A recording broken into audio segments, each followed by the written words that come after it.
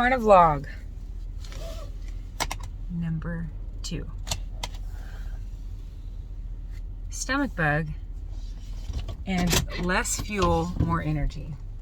I am at the O'Reilly Auto Parts because, do you hear that? This old Suburban of mine needs new brakes.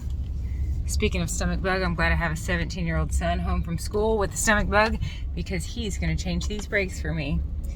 That'll teach him to stay home from school. Okay. I want to go ahead and make this vlog because my YouTube channel has just really picked up. And I don't mean that I have 100,000 subscribers. I have 732, and I'm so grateful for each and every one of you, and I pray for you. And in all seriousness, please look below the Woe Is She videos. And if you want to join, please join. Give us your name. We'll put it on the list, and we'll pray for you daily. Susan Miller will pray for you daily. What a blessing she is to this ministry. So we're praying for you. We might as well pray for you about something specific. Let us know if there's something specific. Anyways, there's so many videos that I want to share now. It's like all of a sudden, the Woe Is She videos on Wednesdays, the My Photo Food Diaries on Thursdays, the CarniVLOGs, and the parking lot church services, plus the monthly printable that's going to be out soon. This is a CarniVLOG. I'm talking about my carnivore experience, but I'm gonna go ahead and weave in that the May printable is going to be out soon, hopefully tomorrow. Sunshine, you ready? Sunshine is a dear friend of mine that has been traveling with us and doing awesome. And she's now in Wonderland. When she steps on that scale to find out just how much that body she's in weighs.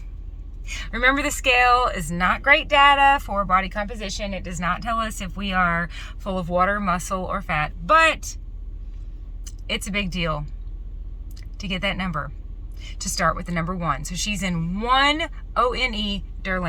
Wonderland. Sunshine, there's my shout out to you. I don't know if you're watching my CarniVLOGs, but shout out to Sunshine. I'm so happy for you. So, like I said, the Wednesday Woe Is She, the Thursday My Photo Food Diaries, the Sunday parking lot church videos, the CarniVLOGs, and the monthly printables. Here's the CarniVLOG. I'm going to go ahead and make it just right here in this O'Reilly's parking lot. No makeup. This is it. Stomach bug. You guys, I would consider myself fully recovered from my first carnivore stomach bug. And it was rough, but it was interesting, and it was eye-opening. On my photo food diary Thursday, you're going to see, and you're going to hear me talk about a meal I ate.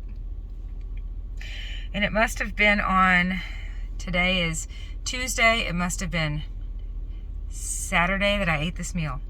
And while I was eating this meal, I was looking in the camera saying,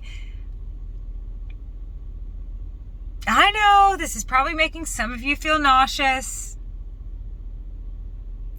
I am making conscious efforts not to feel nauseous about it now, because it was after this meal that I'll show you that I had that I got hit hard with the stomach bug, okay? Which means that everything you see me eat in this video, I saw again later. Sorry. That might be TMI. But we make I'm super interested in psychology. We make very strong associations with the foods that we puke up when we have stomach bugs. When I was a child, I went to a friend's house and I ate brownies. And then I got a stomach bug. I puked up said brownies.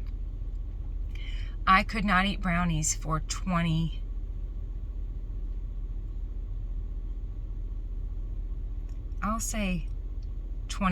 years.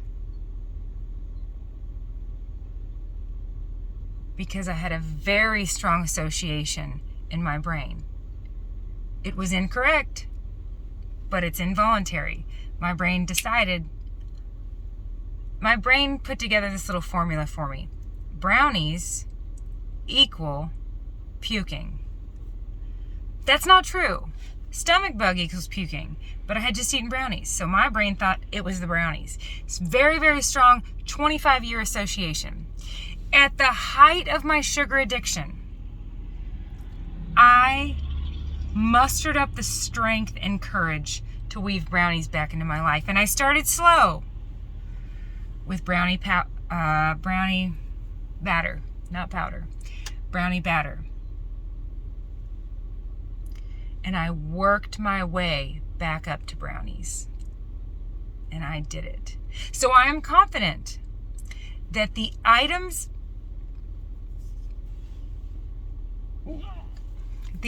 that I consumed Saturday, I will be able to eat them again, which I better be able to eat them again, because while I'm on this carnivore diet, I'm not eating thousands of different items. I'm eating 4 different items actually for 30 days. Beef, butter, bacon, and eggs. So I'd be in trouble if all of a sudden I couldn't eat what I ate Saturday, because it was cold. You're going to see, and I talk about it. I was trying to be like Kelly Hogan. I don't think I'm quite there yet. Cold burger patties. Bear with me. Covered in bacon grease. And then egg yolks in the waffle maker, then covered in butter. And then I got a stomach bug.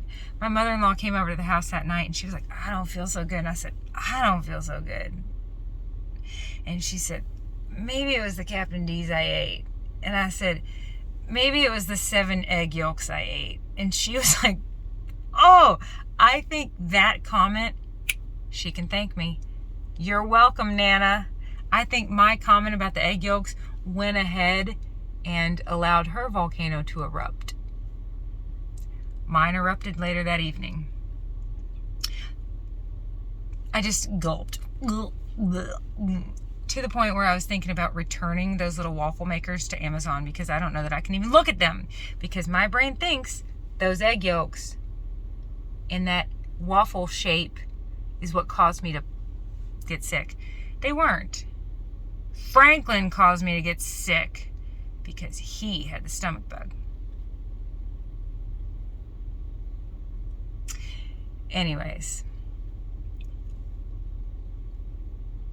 I was concerned. Oh my gosh. What if I'm never hungry again? Because if all I eat is animal products and I have a very unsettled stomach for a few days, what if I'm never hungry again? I was hungry. That was the only meal I ate that day. That was Saturday. The next day, I got hungry at about 3 o'clock in the afternoon. Not real hungry. In fact, I made sure to run errands first, but I took the girls to a steakhouse and I sat there and enjoyed steak. And the girl was awesome. You're going to see it on Thursday if you watch the video.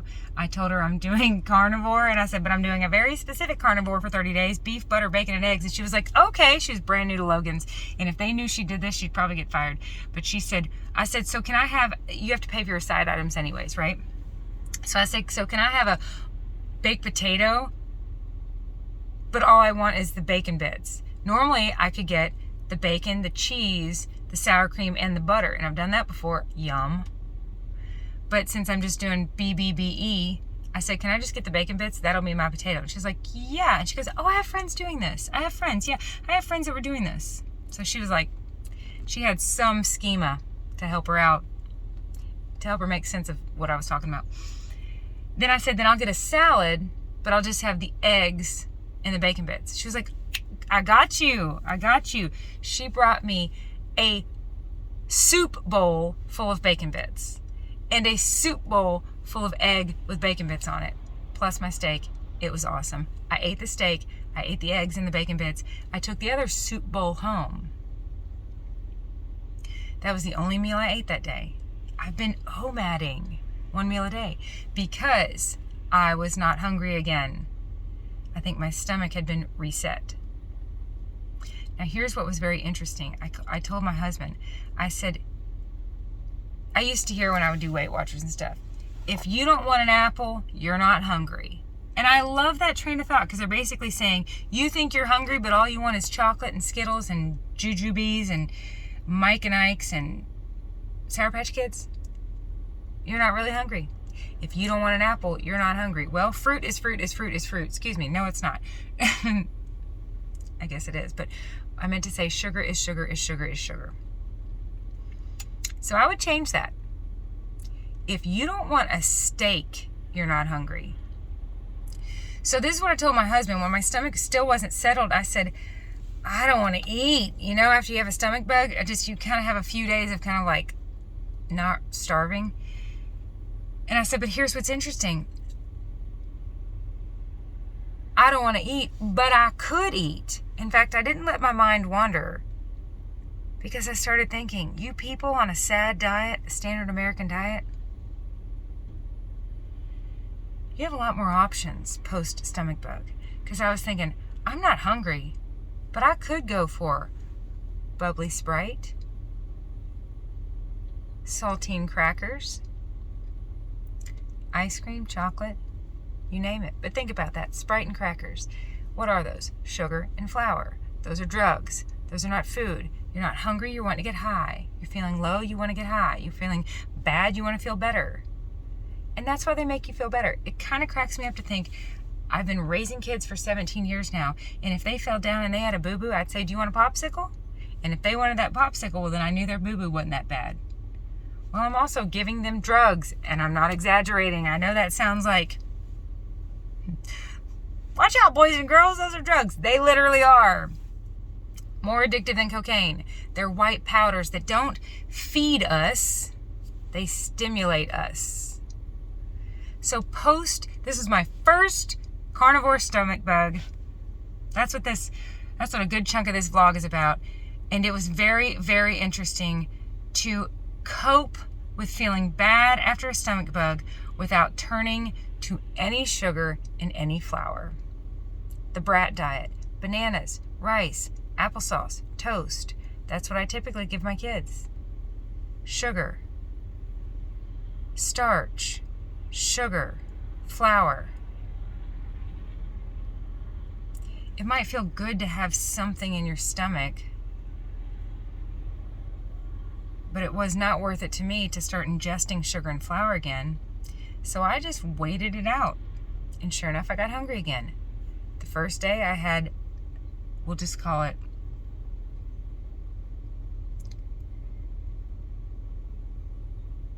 the pre-stomach bug meal. I am optimistic though that if I'll be able to eat burgers again. And I've got to find a way to do it because I'm telling you, I don't have very many options. Those burgers were short and fat and thick. For the psychology of this, next time I make burgers, they're going to be very thin, maybe even square. I'll make them like Wendy's. Very, very thin, very, very crispy. I'll make them look different, smell different, taste different, very salty. That'll be good. And I will not put bacon grease on them. I'm not ready for that. If I make egg yolk waffles again, I will leave them in there extra long and make them extra crispy so that they have a slightly different texture than the ones I ate in the video. I gotta make it different so I can trick my brain into thinking these are different items. These aren't what you got sick on. Anyways, I had that meal on Saturday. That was 1 meal a day. The next day I had the Logan's Roadhouse steak and bacon and eggs. That was a 1 mealer. Yesterday, I ate in the middle of the day a bunch of scrambled eggs and I took the other bowl of those bacon bits and put them in the microwave for 2 minutes and made them real crispy, put it all over those eggs, and I had bacon and eggs at 2:30. And you guys, that's all I wanted. I would eat more. I am a huge, Kelly Hogan preaches this, eat when you're hungry. I was not hungry. In my carnivore vlog number 1, I talk about helicopter foods and airplane foods. I am learning that the foods I eat now are absolutely money in the bank, and they're like logs on a fire. You know, you get a fire going with kindling, with tissue paper, with paper, with paper plates, with pizza boxes, whatever you got to get the fire going. But it's the logs that are on there till late in the evening. The food I've been eating lately, these animal products, stays with me so long. And I do eat when I'm hungry. Except I will say, last night I laid in bed sort of thinking about all the foods. Not all the foods, steak. I wanted a steak last night. But I thought, no, I'm not going to do it because I am staying in this window. I did not want to break the fast at midnight.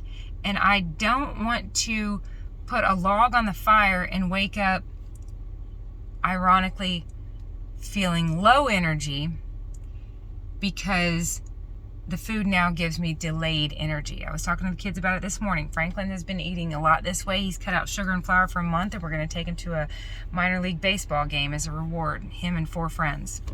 He cut out sugar and flour for an entire month, except for Easter. He was with us on that. But he didn't want to eat breakfast. I said, I'm not going to make you because I saw what you ate last night. And we talked about the difference between helicopter foods and airplane foods. And I said, you are giving yourself airplane foods. And I saw what you ate for dinner. I know you have energy. I want to send him to school with energy. And I trust that he has it. So,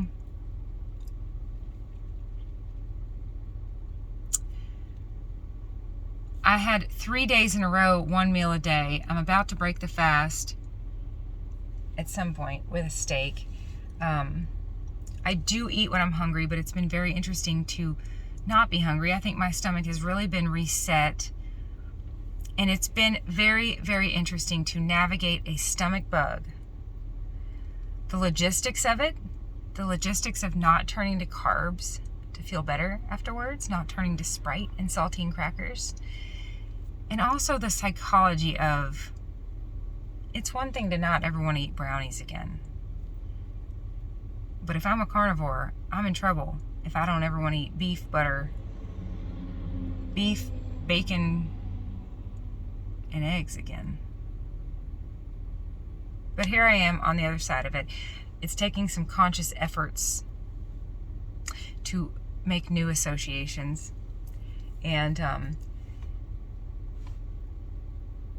honestly, probably implement some exposure therapy, like I did with the brownies. If I can get myself to eat brownies again, I can get myself to eat burgers again. So I'm optimistic. Less fuel, more energy. I want to share that I feel like I've hit my stride. And I don't mean that I'll do the same thing every single day. I don't mean I'll just eat 1 meal a day. I mean, I am starting to sense and feel what it feels like and the effects that the fuel that I'm eating has on this body that I'm in.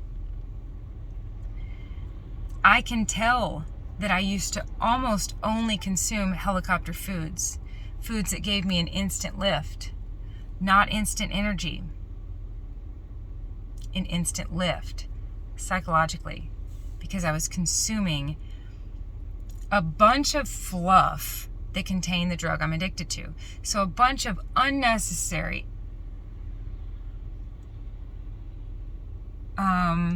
nutrient deficient foods. It's not like I was eating a steak covered in sugar. I was eating just garbage with tons of sugar and flour in it. So my body, it's like I used to say that part of our bodies losing weight is them feeling confident to do so. They're not going to release the fat until they're confident that they're getting their needs met. So it's the difference between having the local dump truck go around and gather everyone's trash and saying, hey, would you mind, if you don't mind, shove that in my front door. That's like a big awful binge. And your body's going to mine through all that garbage trying to find a pencil. And what I'm learning to do right now is stop shoveling all the garbage in my pie hole. And just go to the dollar store. I'll show you, it's right here.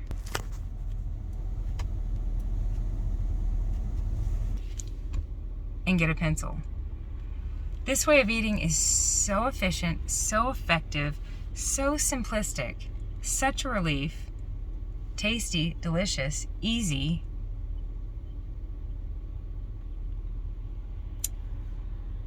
And I'm giving my body not only what it needs, but none of what it doesn't need. Zero. It's getting zero.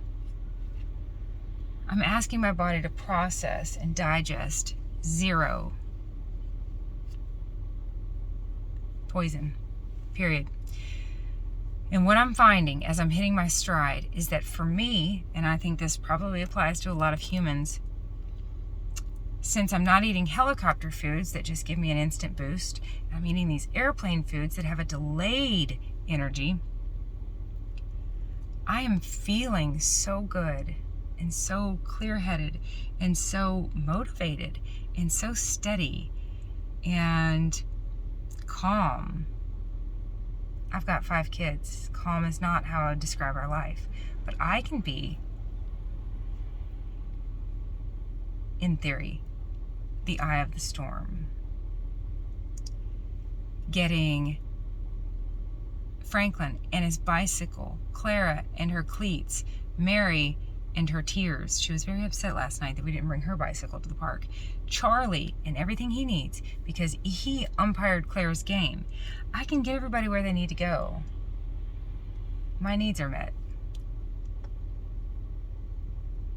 I feel sound. I feel of sound mind. And I'm loving it. So ironically, less fuel, I'm experiencing more energy. Imagine that fire burning again, that metabolism.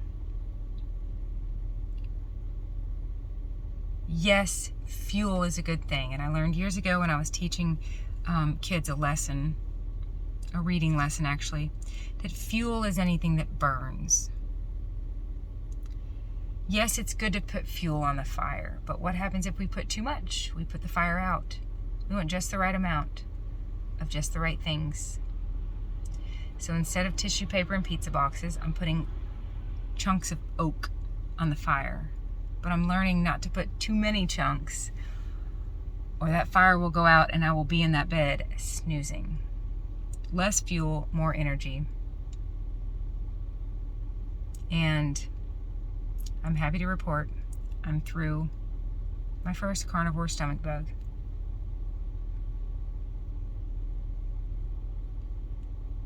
That was challenging. Be on the lookout for the May printable. Hopefully it'll be up and ready for you tomorrow. I'm not going to say much about it. I'll let that be a surprise.